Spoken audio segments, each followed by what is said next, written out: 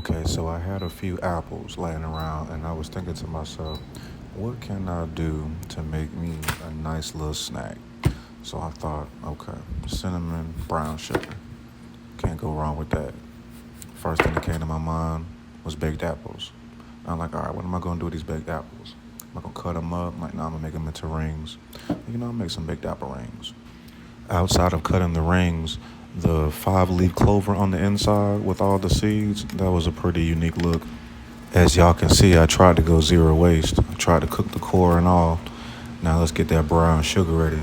And that sugar, this was the easiest way I can figure out how to doing it. Just putting it in the bag, shaking it around, trying to get every inch of that apple because baking it down is going to hit everything else. And now from there, I just kind of brush everything else off just so it's not too much on top of it. But once you lay it down, get everything right, I put a little bit of butter in there, make sure everything smooths out evenly. I know it says 24 minutes, but honestly, I only kept it in there for a minute. Like I said, I saved my seeds. I want to make sure I can try to regrow an apple tree later. Never know.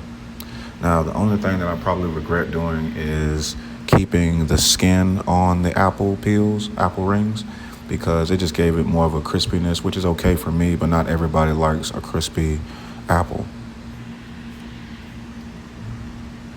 I love that rug. My girl got that. It's pretty nice.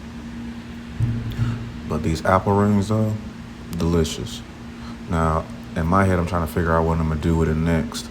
So I was like, let me go ahead and try these out because I've never really had apple rings before. I've had peach rings, you know what I'm saying? I've had all those type of things, but this right here, flavorful, real sweet. Just 3 ingredients. Well, 4 really.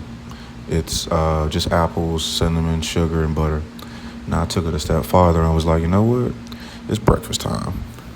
Let me see if I can go ahead and whip up some breakfast for the little ones because my daughters actually like it. So I thought about adding a little pancakes to it. And from there, it was just time to get everything cooked and ready.